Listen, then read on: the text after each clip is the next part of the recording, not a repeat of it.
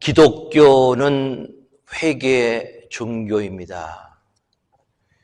그런데 요즘에 한국교회와 또 세계의 교회가 회개 없는 종교로 전락하고 있습니다. 한동안 번영신학, 축복신앙, 긍정의 힘 이런 여러 가지 것들이 목사님들의 설교에 또 교회의 기조에 있었기 때문에 그저 잘 될 것입니다. 하나님이 복 주실 것입니다. 긍정적으로 생각하시면 됩니다. 하나님이 능력입니다. 하는 그런 말씀으로 모든 것이 좋다, 모든 것이 잘 될 것이다 라는 그러한 설교가 한동안 꽤 유행을 하고 현재까지도 계속이 되고 있습니다. 오늘 교회에 많은 것들이 변화되고 바뀌어야 될 것들이 많이 있습니다. 그러나 가장 필요한 것이 무엇인가? 바로 회개 운동에 이런 모든 것들이 다시 한번 회복이 되어야 된다. 즉 회개 영성이 교회 안에 있어야 된다라고 저는 여러분들에게 말씀드리기 원합니다.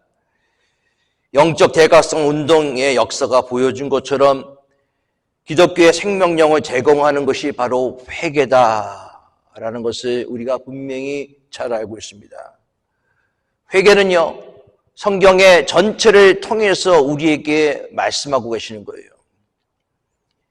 구약, 신약 모든 것이 회개하고 관련되어 있습니다. 물론 예수 그리스도를 통한 복음이 구약과 신약에 있는데 예수 그리스도를 통한 복음은 우리의 회개가 따라가야 된다는 것을 우리는 잘 알고 있습니다. 여러분들이 많이 사랑하는 시편, 그중에 다윗의 시편이 150편 중에서 73편이 됩니다. 그 시편의 꽃이라고 할 수 있는 시편이 7편인데 그 7편이 전부 다 회개십니다. 시편 6편, 32편, 38편, 51편, 120편, 130편, 그리고 143편입니다. 다윗은 하나님의 마음에 합한 왕이다라고 하나님이 그렇게 말씀하셔요. 또 이스라엘의 다윗 이후의 모든 왕들이 하나님을 멀리하고 그들이 죄악 가운데 빠져있지만 하나님은 그런 왕들을 보시면서 이렇게 말씀하십니다. 내가 다윗을 보며 다윗과 약속했던 그 약속을 통해서 내가 이스라엘 민족, 유다 민족을 벌하지 않겠다라고 얘기하시는 거예요. 하나님이 그렇게 다윗을 사랑하신 이유가 무엇인가? 여러분들은 무엇이라고 생각하십니까? 다윗이 가장 위대한 왕이었기 때문에요? 아닙니다. 다윗도 실수하고 다윗도 죄를 저지른 왕이라는 것을 우리는 잘 알고 있습니다. 그런데 다윗의 가장 큰 것은 무엇인가? 자기가 죄를 회개했다는 거예요. 그가 실수하고 그가 죄를 지을 때마다 하나님 앞에 나와서 하나님 나는 죄인입니다 라고 회개했습니다. 역대상 21장 8절에 다윗은 이렇게 얘기합니다. 다윗이 하나님께 아뢰되 내가 이 일을 행함으로 큰 죄를 범하였나이다. 이제 간구하오니 종의 죄를 사하여 주옵소서. 내가 심히 미련하게 행하였습니다. 다윗의 위대함은요, 그가 죄 없는 완전한 삶을 살았기 때문이 아니라 다른 이스라엘 백성처럼 다른 왕처럼 죄를 범하였지만 철저히 회개의 삶을 살아왔기 때문입니다. 회개는 하나님과 이스라엘 백성을 영적으로 연결시켜 주시는 통로의 모습입니다. 신약에도 마찬가지예요. 세례 요한이 하나님의 복음을 선포할 때 그는 회개하라 라고 얘기하고 있습니다. 세례 요한 이후에 나타난 예수 그리스도의 첫 번째 메시지도 마찬가지죠. 회개하라 천국이 가까워 왔느니라. 예수님은 회개에 합당한 열매를 우리에게 맺으라 라고 말씀하고 촉구하고 있습니다. 마태복음 1장 15절 말씀에 가라사대 때가 찼고 하나님의 나라가 가까웠으니 회개하고 복음을 믿으라 하시더라. 예수님께서 말씀하십니다. 내가 의인을 부르러 온 것이 아니라 죄인을 부르러 왔다. 한 죄인이 회개하고 돌아오는 것을 기뻐하신다라고 말씀하셨습니다. 바로 회개가 오늘날 기독교의 오늘날 교회에 있어야 되는데 오늘 강단에서 선포되는 말씀 가운데 속에서 회개하라라는 말씀은 그렇게 많이 찾아보지 못하고 있습니다. 그것을 구세군 창시자인 윌리엄 부스 목사님이 이렇게 예언하셨어요. 이전에. 그의 말씀을 인용합니다. 오늘 많은 교회들은 회개 없는 그릇된 믿음과 거듭남이 없는 거짓 구원과 함께 성령이 없는 교회, 능력이 없는 교회가 되어버렸다. 제가 가장 존경하는 목사님들 여러분 계시지만 그분 중에 한 분이 한경직 목사님이십니다. 제가 목사를 안수를 받고 목사가 되었을 때 저희 장모님이 이렇게 기도하신다라고 저한테 말씀하시더라고요. 또 사모에게도 얘기를 했는데 우리 사위가 더도 말고 한경직 목사님 같은 사람이 되기를 원합니다. 제가 그렇게 기도하신다고 우리 장모님한테 들었을 때 참 부끄러웠습니다. 도저히 제가 한경직 목사님하고 비교할 수 없는 그런 목사의 모습인데 한경직 목사님이 종교계의 노벨상으로 불리는 템플턴 상을 1992년 6월 18일에 받으셨습니다. 받으신 자리에서 수상 소감을 말씀하시는데 이렇게 말씀하십니다. 템플턴 상금으로 받은 102만 달러 내가 북한 돕기 성금으로 기탁합니다. 저는 1분 동안 100만 장자가 돼 보았습니다. 그리고 난 다음에 하시는 말씀이 모든 사람들의 귀를 의심하는 말씀하셨습니다. 이렇게 말씀하십니다. 저는 일제 때 신사참배를 했는데 그 죄를 제대로 참여하지 않았습니다. 일생의 짐이었는데 우상숭배의 죄를 이제야 참여합니다. 공개적으로 한국교회 역사상 처음으로 첫 번째 인물로 신사참배를 공개적으로 회개했던 목사님이 한경직 목사님이었습니다. 쉽지 않은 그런 모습이죠. 성경은 우리가 죄를 범하였을지라도 진정으로 회개하고 돌아서면은 그 죄를 사하고 우리를 고쳐주시겠다, 그 땅을 고쳐주시겠다 약속하셨습니다. 오늘 우리의 이런 회개가 강대상에서 또한 성도들에게 일어나야 된다는 것이죠. 역대하 7장 14절 말씀에 내 이름으로 일컫는 내 백성이 그 악한 길에서 떠나 스스로 겸비하고 기도하며 내 얼굴을 구하면 내가 하늘에서 듣고 그 죄를 사하고 그 땅을 고칠지라. 가장 단순하게 우리에게 말씀하고 있습니다. 내 이름을 일컫는 내 백성이, 목사가 내 이름을 일컫는 여러분들이, 성도들이 하나님 앞에 얼굴을 구하고 하나님 용서해 주십시오 라고 겸손한 마음으로 기도하면 하나님께서 듣고 죄를 사해 주시고 여러분들의 가정을, 여러분들의 교회를, 이 땅을, 한인교회를, 이민교회를 하나님께서 고쳐주시겠다 약속하셨습니다. 저는 이 말씀 그대로를 우리가 좀 받아들일 수 있는 성도가 될 수 있기 바랍니다. 목사가 될 수 있기 바라겠습니다. 오늘 많은 교회 속에서 어려움이 일어나는 일이 무엇인가? 역대하 7장 14절 말씀, 우리가 귀로만 들었고 지식으로만 알고 있었던 이 말씀을 우리 스스로가 실천하고 있지 못했다는 것입니다.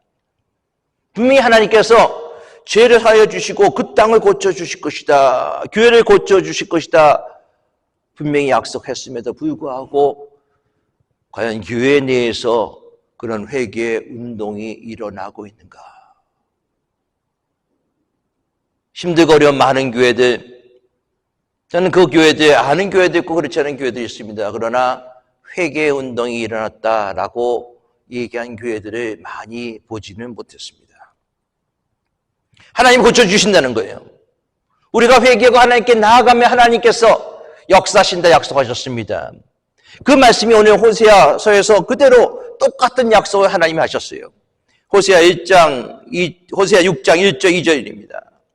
오라 우리가 여호와께로 돌아가자. 여호와께서 우리를 찢으셨으나 도로 낫게 하실 것이요 우리를 치셨으나 싸매어 주실 것이라. 여호와께서 이틀 후에 우리를 살리시며 셋째 날에 우리를 일으키시리니 우리가 그의 앞에서 살리라. 하나님의 심판이 얼마나 무서운 것인가를 아는 호세아 선지자였습니다. 그가 피를 토하는 심정으로 회개하라라고 이야기하고 있어요. 오직 하나님께 돌아오는 것만이 유일한 회복의 방법이다라고 얘기하고 있습니다. 오라라고 얘기하고 있어요. 오늘 6장 1절은 오라, come. 걸어가는 그런 행위죠. 걸어가라는 거예요. 나오라는 것입니다. 오라라는 것입니다. 어디에 있습니까, 여러분들? 여러분들 있는 자리가 어디에 있습니까? 하나님이 그 있는 자리가 만약에 하나님이 기뻐하시지 않는 자리라면은 더럽고 냄새나고 추악한 자리, 죄악의 자리, 죄와 진리가 없는 그런 자리라면은 하나님께서 그 자리에 불순종한 자리에서 너희가 일어나서 하나님 앞에 나오라, 오라라고 말씀하고 있습니다. 우리가 그런 결단들이 우리가 있어야 되는 것이죠. 오라, 우리가 여호와께 돌아가자. And come, let us return to the Lord. 돌아가다라는 뜻이에요. 히브리 말로는 슈브라는 단어를 사용하고 있습니다. 돌아서다, 무슨 것을 향하다라고 얘기하고 있는데 이것은 회개란 단어와 같은 어원이 바로 이 슈브라는 단어에 묻습니다. 하나님이 등지고 하나님의 멀리 떠난 사람들, 바로 그것 속에서 돌아서라는 거예요. 바로 하나님이 우리에게 그렇게 말씀하신 것입니다. 돌아가자는 것은요, 누군가로부터 멀리 떨어져 있기 때문에 돌아가는 거예요. 그렇죠? 야, 우리 다시 돌아가자 라는 그런 표현이 바로 그런 표현인 것 같아요. 즉 하나님으로부터 상당한 거리가 생겼습니다. 여러분들 호세아서는요, 안 믿는 사람을 위한 전도서가 아니에요. 호세아서는 이미 믿는 자, 이스라엘을 향한, 믿는 우리를 향한 하나님의 준엄한 메시지임을 분명히 아실 수 있기 바라겠습니다. 즉 열심히 믿는 우리를 보고 하나님께서 돌아가자라고 말씀하시는 거예요. 거리가 멀어져도 상당히 멀어졌습니다. 여러분들 이 거리를 좁히지 않으면 가망이 없는 거예요. 그런데 점점 더 멀리 가고 있어요. 교회를 안 나가고 예배를 안 나가면서 말씀을 보지 못하고 세상과 같이 살면서 점점점 더 멀리 떨어져 가고 있는 사람들 제가 주변에 많이 봤어요. 안타까운 모습이에요. 처음에 여러 가지 모습 가운데 속에서 교회를 나오지 않습니다. 그런데요, 안 나가니까는 처음에는 죄책감이 있고 처음에는 어렵고 힘든데 그 안 나가는 것이 1년 지나고 2년 지나고 10년 지나간 분들도 많이 봤습니다. 15년 지나간 분들도 많이 봤어요. 어떤 분은 30년 되신 분도 있어요. 그동안에 가졌던 죄책감들은 이제 거의 다 없어져 버렸습니다. 나는 교회 30년 동안 안 나가도 나는 예수 믿어. 나는 교인이야. 나는 성도야. 나는 죽으면 구원받아 라고 말씀하신 분이 얼마나 많은지 모릅니다. 멀어져도 너무 멀어졌습니다. 그런 분들은 다시 돌아오기가 참 힘들어요, 여러분. 그 거리를 좁히지 않으면 가망이 없습니다. 오늘 성경은 이렇게 얘기하는 거예요. 오라, 우리가 여호와께 돌아가자라고 얘기하고 있습니다. 여러분들 코로나 팬데믹으로 많은 교회들이 예배를 드리지 못하였습니다. 교회는 있지만 예배가 없는 교회. 우리 경험하지 않았습니까? 그렇죠? 교회는 있지만 그 교회 안에 성도가 없는 그런 교회. 팬데믹 동안 경험했던 그런 교회가 이미 여러분들 유럽에 있는 교회들은 그렇게 전락하고 있다는 것을 우리는 너무나 잘 알고 있습니다.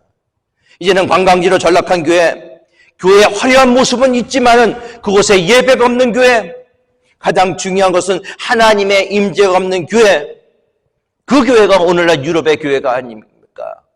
하나님께 다시 돌아가야 됩니다. 우리가 여호와께로 스스로 움직여서 돌아가야 되는 이유가요, 1절 후반전에 일어나고 있어요. 뭡니까? 하나님이 우리를 찢으셨다고 얘기하고 있어요. 하나님이 우리를 때리셨다라고 얘기하고 있습니다. 하나님의 징계의 모습입니다. 하나님의 채찍질의 모습입니다. 하나님이 우리를 사랑하기 때문에, 하나님이 이스라엘 민족들을 사랑하기 때문에 하나님의 징계가 우리에게 만나는 거예요. 우리가 있는 그 징계, 지난번에 말씀드렸잖아요. 혹시 내 가운데 속에서 어려움이 있고 내 가운데 고난이 있다면 나와 하나님의 거리가 얼마만큼 가깝나 아니면 멀어졌는가 다시 한번 생각해보라 말씀하셨습니다. 징계는 하나님이 우리를 향한 사랑의 모습임을 분명하시기 바라겠습니다. 징계를 통해서, 고난을 통해서 우리가 다시 한번 하나님께 나아갈 때 하나님이 그것을 소망으로 바꿔주시고 그것을 하나님의 능력으로 바꿔주시는 하나님이심을 분명히 믿으시기 바라겠습니다. 하나님이 직접적으로 찢으시고 때리셨다라고 얘기하고 있어요. 때리셨는데요, 감각이 없는 거예요. 여러분들 무슨 말씀인지 아시겠어요? 이런 병 중에서 참 힘든 병 중에 하나가 치매이지만은 또 다른 병이 있습니다. 그건 감각이 없는 병입니다. 감각이 없기 때문에 내가 상처 나더라도 아픈지 몰라요. 뼈가 부러져서라도 아픈지 모르고 있습니다. 몸에 잘못된 것이 있다 하더라도 아픈지 모릅니다. 여러분들 그런 무서운 병도 있더라고요. 내가 감각이 없으니까는 뭐가 잘못된지 모릅니다. 그래서 죽음으로 이르게 되는 거죠. 하나님이 직접 손에 대셔서 찢고 때리셨는데도 감각이 없습니다. 왜?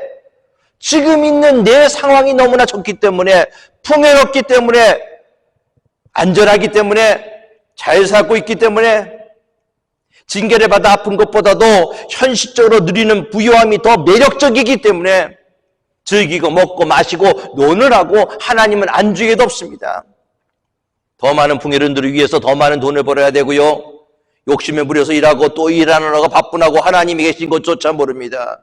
흥청망청 즐기는 그 세상 속에 살아가고 있다 보니까는 하나님이 말씀하시는데 하나님의 음성을 듣지 못하고 있습니다. 그런 이스라엘의 모습들, 정말 마지막의 모습이에요.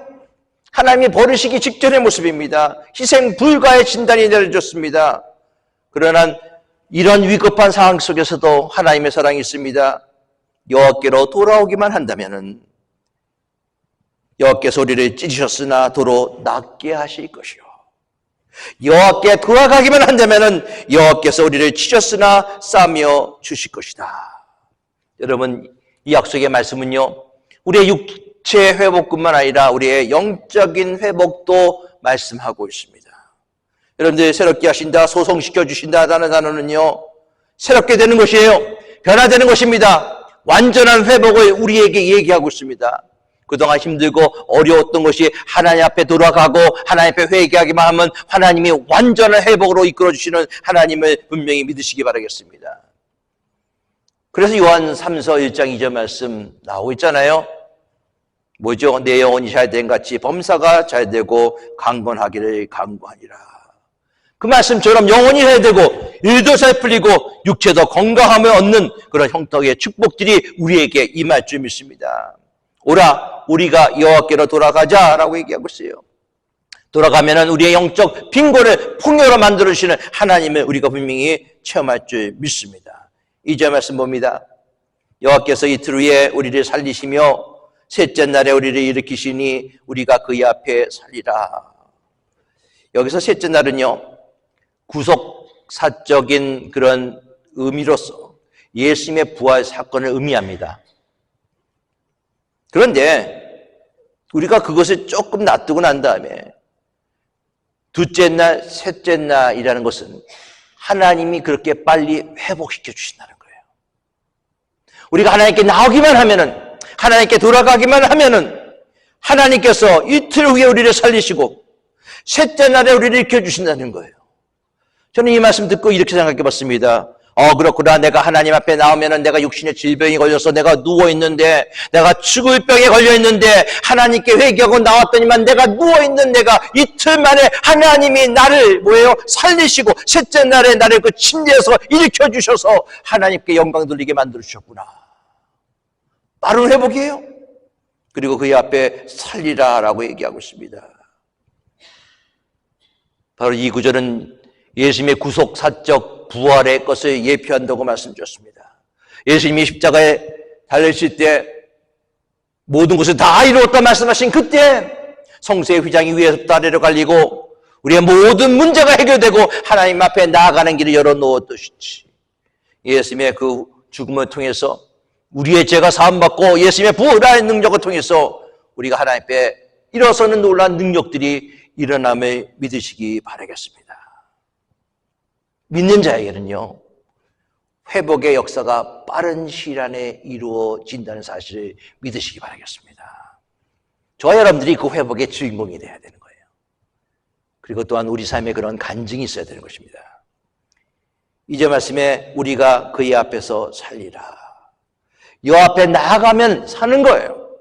우리를 다시 살리시고 일으키시고 영혼의 회복을 함께 하시는 하나님 앞에 나아갈 수 있는 여러분들 되시기 바라겠습니다. 여호와께 돌아가자라는 것은요, 결심이에요. 내가 결심하고 돌아가겠다라는 것입니다. 돌아가기만 하면 하나님께서 큰 기쁨으로 맞아주십니다. 3절 말씀 읽습니다. 3절 말씀 같이 읽습니다.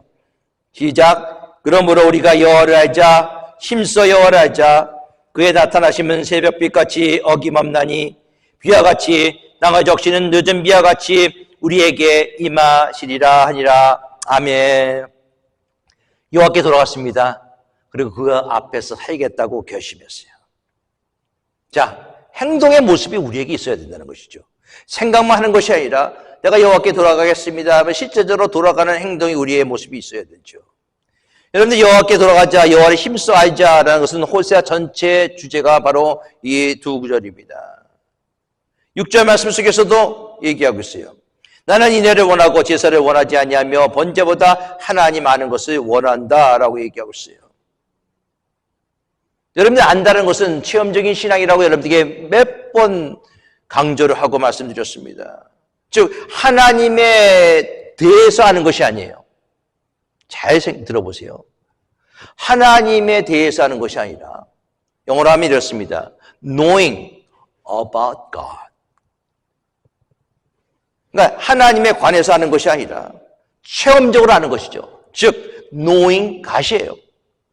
about God이 아니라 내가 하나님을 알고 있습니다라는 것이 나의 삶을 통해서 체험을 통해서 우리가 알 수 있어야 된다는 것이죠. 다윗은 하나님과 마음이 합한 자라고 말씀드렸습니다. 다윗은 정말 하나님을 깊이 아는 사람이었어요. 그가 들판에서 양떼를 돌볼 때 사자들이 다가온다 하더라도 하나님이 지키셨다라고 고백하고 있고요. 그리고 또한 사울왕에 쫓겨다니다 브레스의 왕과 마주친 그 순간에도 하나님이 나를 지키셨다라고 얘기하고 있습니다. 그런 가운데 속에서 시편 34편 8절은 이렇게 얘기하고 있어요. 잘 들어보세요. 시편 34편 8절입니다. 너희는 여호와의 선하심을 맛보아 알지어다. 그에게 피하는 자는 복이 있도다. 이론이 아니에요. 그렇죠? 너희는 여호와의 선하심을 맛보아 알지어다. 살아계신 하나님, 나를 도와주신 하나님, 나와 함께 하시는 하나님, 나를 지켜주시는 하나님, 그 하나님을 실제적으로 체험하고 있다는 것이죠. 그리고 또한 우리에게 그런 하나님을 만나기를 원한다라고 말씀하고 있습니다. 하나님의 선하심을 맛보라. 그렇게 되면 하나님이 어떠하신 분이신가를 우리가 알 수 있다는 것입니다. 여러분, 온전한 신앙은 체험신앙입니다. 신앙은 이론적인 설명으로 되는 것이 아니에요. 각자 하나님을 만나고 하나님의 속성과 하나님의 사역, 하나님의 역사하심을 나의 삶 속에서 체험으로 받아들일 수 있어야 된다는 것입니다. 이스라엘 멸망은요, 다르게 있지 않았어요. 이런 하나님을 그들은 지식으로만 알았어요. 그의 삶으로 나타나지 못했다는 것입니다. 우리가 하나님을 아는 지식이 없으면은 암흑시대라고 얘기하고 있어요. 사사기 2장 10절에 보면은 그 시대가 멸망된 원인을 얘기하고 있습니다. 이렇습니다. 사사기 2장 10절.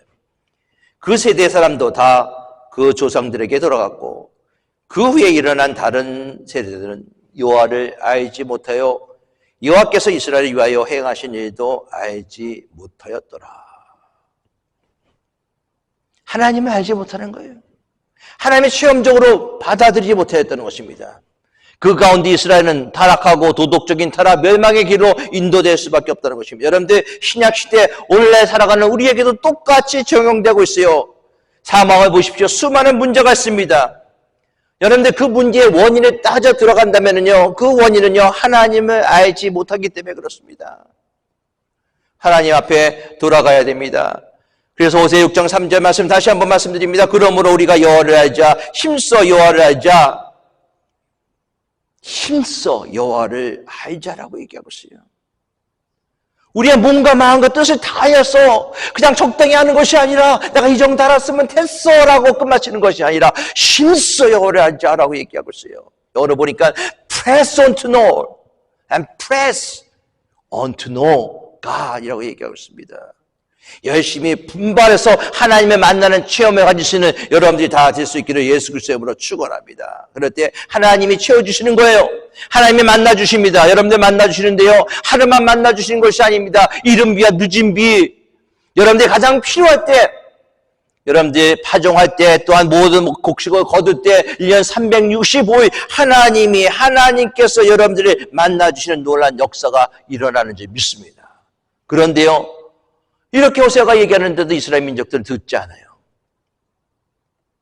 안타깝게 호소하고 중보했는데 듣지 않습니다. 여호와에게 돌아가야 되는데 안 되는 것이 있어요. 그것이 4절과 6절 말씀입니다. 4절 말씀입니다. 에브라임이야 내가 어떻게 하랴, 유대야 내가 내게 어떻게 하랴, 너의 내가 아침 구름이나 쉬 없어지는 이슬 같도다. 여러분들 아침 구슬이나 이슬은 눈에 보여요. 그렇죠? 그러나 그게 금방 없어진다는 거예요. 자, 뭐가 없어진다고요? 인애, 사랑이에요. 인애가 그렇다는 것입니다. 6절 말씀도 나는 인애를 원하고 제사를 원하지 아니하며 본자보다 하나님을 아는 것을 원하노라 라고 얘기하고 있습니다. 하나님이 분명하게 확실하게 말씀하고 있어요. 크리어하게 하나님이 원하시는 것이 무엇인가? 그것은 두 가지예요. 인애와 하나님을 아는 것이다 라고 얘기하고 있습니다. 여러분들 이 말씀을 잘못 이해하면 안 됩니다. 이 말씀은 예배가 뭐 이제 안 드려도 돼. 나 하나님 사랑하기만 하면 돼. 사랑이 최고야. 그래서 예배를 안 드려도 괜찮아. 여러분들 그것이 아닙니다. 하나님께서 제사와 번제 즉 예배를 원하지 않는다고 오해하는 것이 아니라 하나님은 인애와 하나님 아는 것을 중요하기 때문에 강조하기 위해서 제사와 번제를 비교한 것이지 예배를 원하지 않는다는 말씀이 결코 아닙니다. 제사와 번제 즉 예배도 하나님이 원하시며 중요하게 생각하는 부분입니다. 그런데 그 예배가 형식적인 예배, 그 예배가 하나님 사랑 없이 드리는 그 예배가 돼서는 안 된다고 얘기를 하고 있는 거예요. 하나님은 제사보다 하나님이 그들을 얼마나 사랑하시는지를 원하신다는 것입니다. 그것이 먼저 중요한 거예요. 여러분들 예배도 중요하다고 말씀드렸습니다. 그런데 예배보다 더 중요한 것이 이웃사랑, 형제사랑이에요. 예수님이 말씀하셨습니다. 너희가 제사를 드리려다가 예물을 드리려다가 너희 형제에게 라가라고 욕한 기억이 생각나거든. 뭐라고 말씀하셨어요? 그 자리에서 다시 돌아가 형제에게 용서를 빌라라고 얘기하고 있어요. 하나님 앞에 형제를 사랑하지 못하고 형제를 욕하고 형제를 미워하는 가운데 속에서 하나님 앞에 예배드리는 모습이 하나님이 구역질한다라고 얘기하고 있는 것입니다. 그들에게 사랑이 없다. 사랑이 없기 때문에 하나님 앞에 나아가지 못하는 거예요. 그런 모습이 어떤 모습입니까? 그들은 아담처럼 언약을 버리고 거기서 나를 반역하였느니라. 모든 인류가 타락할 정도의 반역이 그 속에 일어났다라고 얘기하고 있습니다. 그리고 8절과 9절의 본문이요. 길리앗이라는 그런 고을과 세겜이라는 단어가 나옵니다. 길리앗은 악을 행하는 자의 고을이라. 피 발적으로 가득 찼도다. 강도 때가 사람을 기다린 같이 제사장의 무리가 세겜길에서 살인하니 그들이 사악을 행하였느니라. 여러분들 길르앗과 세겜은 어떤 곳이냐면요, 도피성이 있는 지역입니다. 도피성이 뭡니까? 부지정예, 즉 실수로 사람을 죽인 사람들이 피하는 곳이 도피성이에요. 실수로 죽였기 때문에, 그러나 그것을 복수할 사람들이, 가족이나 복수할 사람들이 있기 때문에 자기가 그 복수를 피해서 도피성으로 도망갑니다. 바로 그것이 도피성의 모습이에요. 그러니까 도피성은 내 생명을 보호하기 위한 지역이죠. 그렇죠? 그것 속에서는 안심할 수 있습니다. 그것 속에서는 편안히 있을 수가 있습니다. 그런데 그 길리앗과 세겜이 악을 행하는 자의 고을, 얼마나 악을 행하는지 피 발자국으로 가득 찬다라고 얘기하고 있어요.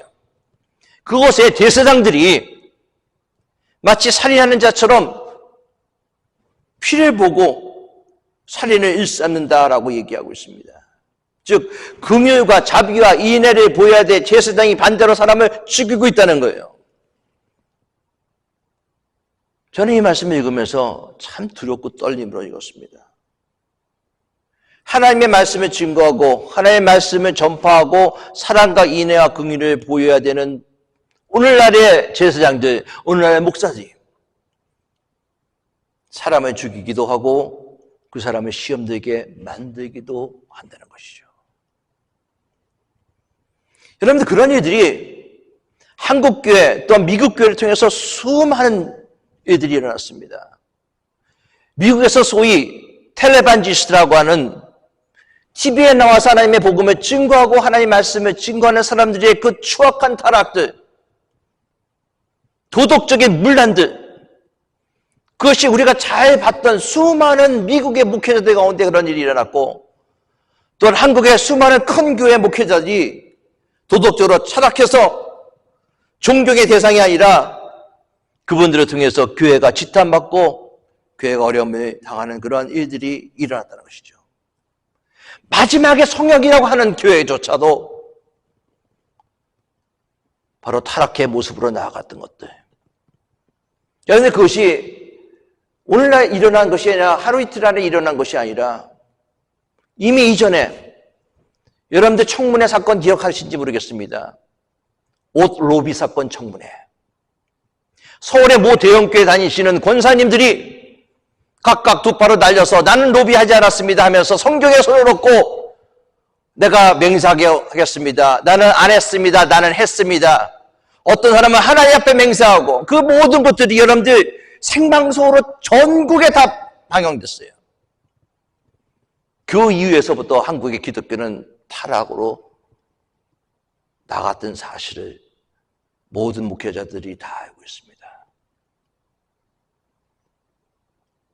세상을 변화시키고 세상 속에서 하나님의 말씀을 증거하고 또한 그들을 하나님 앞에 이끌어야 교회들이, 그런 성도들이, 그런 목회자가 타락을 통해서 오늘날의 교회가 힘들고 어려운 지경에 처해져 있다는 것입니다. 옛날 한국 교회는요, 여기 계신 분들 아마 잘 아실 거예요. 눈물이 있었습니다. 눈물이. 예배가 시작되고 찬송을 하면은 눈물을 흘리신 분들이 참 많았어요. 그리고 가슴을 치고 눈물을 흘리는 장로님, 가슴을 치고 눈물을 흘리는 권사님들, 눈물을 치고 흘리는 성도들이 참 많았습니다. 그런데 요즘에 예배를 통해서 눈물을 흘리는 성도들을 찾아볼 수가 없어요. 물론 눈물을 흘린다는 것이 좋은 것은 결코 아닙니다. 존경하는 김상모 목사님, 은퇴하시면서 탄식하면서 그분이 이렇게 말씀하셨습니다. 오늘의 한국교회는 인물들은 있으나 인격이 없고, 건물들은 있으나 교회는 없고, 예배는 있으나 영성이 없고, 명성은 있으나 종교들만 있다. 그들이 기도를 하나 그 기도 가운데 속에서 하나님의 눈물이 없고 그 기도 가운데 속에서 회개가 없고 절규가 없다라고 얘기하고 있어요. 이미 교회 내에서 절규가 없어진 지 오래되고 있습니다. 신앙의 열정을 찾아보기 힘듭니다. 말씀을 기뻐해서 어떻게든 살아가야지라는 그 결단과 그 각오가 삶 속에서 찾아보고 어려운 지경에 된 것이 바로 오늘날의 우리들의 모습은 아닙니까? 우리가 여호와께로 돌아가자라는 말씀은요, 들어도 그만, 안 들어도 그만의 말씀이 결코 아닙니다. 개인과 가정과 국가가 살 길은 바로 우리가 하나님께 돌아가야 되는 것입니다. 탕자가 내가 아버지 집에 돌아가면 된다라는 그 마음을 먹었을 때 아버지가 그를 받아주시고 그를 회복시켜 주시는 것과 마찬가지로 우리 개인이 하나님께 돌아가야 된다는 것입니다. 여러분들, 그런 돌아감의 모습이 있어야 돼요. 우리 잘 알고 있는 나오미는 먹을 것이 없어서 예루살렘에 떠나서 이집트로 들어갔습니다. 그러나 그곳 속에서 너무 많은 어려움이 닥쳤어요. 고난이 당했습니다. 모압 땅으로 들어가서 힘들고 어려운 그런 속에서 있었습니다. 모압 땅에 남편이 죽고 아들도 죽고 두 명이만 남았는데 한 명이랑 같이 다시 한번 예루살렘에 하나님이 회복시켜 주셨다라는 것을 듣고 예루살렘으로 다시 돌아갑니다. 돌아감을 통해서 회복이 되는 거예요. 돌아감을 통해서 하나님의 역사가 일어나는 것입니다. 그렇습니다. 우리도 돌아가야 돼요. 우리 가정에서도 이런저런 문제가 있지 않습니까? 나오미의 가정에 문제가 있는 것처럼 우리의 가정에 문제가 있다면 우리 가정도 하나님 앞에 돌아감의 역사가 있어야 되는 것입니다. 여러분들, 국가가 돌아가야 되고 사회가 돌아가고 교회가 돌아가야 되는 것입니다. 요나서의 이야기가 바로 그런 이야기입니다. 니네 성, 요나가 하나님의 백성, 하나님의 말씀을 니네에 가서 증거했을 때 니네의 사람들이 그 말씀을 받아들여서 회개하고 하나님 앞에 나아갈 때 하나님이 니네를 멸망시키지 않았던 놀라운 역사들. 그렇습니다. 그 안에 있는 아이들을 포함해서 12만 명 그리고 60만 명의 사람들을 하나님이 구원해 주셨다는 거예요. 여러분들 오늘날 우리가 살고 있는 미국에 수많은 문제들이 있습니다. 산적해 있어요. 그 많은 문제들을 어떻게 해결할 수 있을 것인가? 내년 예산으로 여야가 줄다리기를 하고 있습니다. 미국이 셧다운 당한 위기에 있습니다. 하원 의장이 초유의 사태로 탄핵당했던 140몇 년 만에 하원 의장이 탄핵당했습니다. 그러고 난 다음에 트럼프 대통령 전 대통령이 본인 자신이 임시 하원 의장을 맡기로 하겠다라고 또 그렇게 얘기하고 있어요. 트럼프가 임시로 하원 의장을 맡는다고 미국이 평안해질까요? 아니에요. 미국의 장래는 하나님의 손에 달려 있습니다. 위정자들은 그 도구에 불과합니다. 이 백성이 아무리 힘쓰고 했어도 하나님이 도와주시지 않는다면 아무것도 되지 않습니다. 그러므로 우리가 하나님께 돌아와서 기도하고 더 나아가서 회개하고 하나님께 돌아와야 되는 놀란 역사가 오늘 이 미국 땅에 오늘 우리에게 있어야 된다는 것이죠. 이민교회도 지금 너무나 어려운 국면에 처해져 있습니다. 하나님 앞에 무릎 꿇고 회개하고 기도함으로 새로워져야 됩니다. 그럴 때 비로소 이민교회와 미국이 나란히 부흥되는 놀라운 역사가 일어날 줄 믿습니다. 코로나 팬데믹이 끝났죠. 그러한 다음에 엔데믹 시대를 우리는 살아가고 있다라고 얘기하고 있습니다. 그런데 그것이 끝이 아닐 수 있다라고 얘기하신 분이 계세요. 코로나가 시작이 되었을 때 많은 사람들이 글을 썼는데 그 글 중에 이런 글이 있습니다. 코로나19가 인류에게 보내는 편지, 영어로는 Coronavirus Letter to Humanity. 비비안 리치라는 사람이 쓴 글입니다. 그 글의 일부분을 소개시켜 드립니다. 지구는 속삭였지만 듣지 않았습니다. 지구는 말했지만 듣지 않았습니다.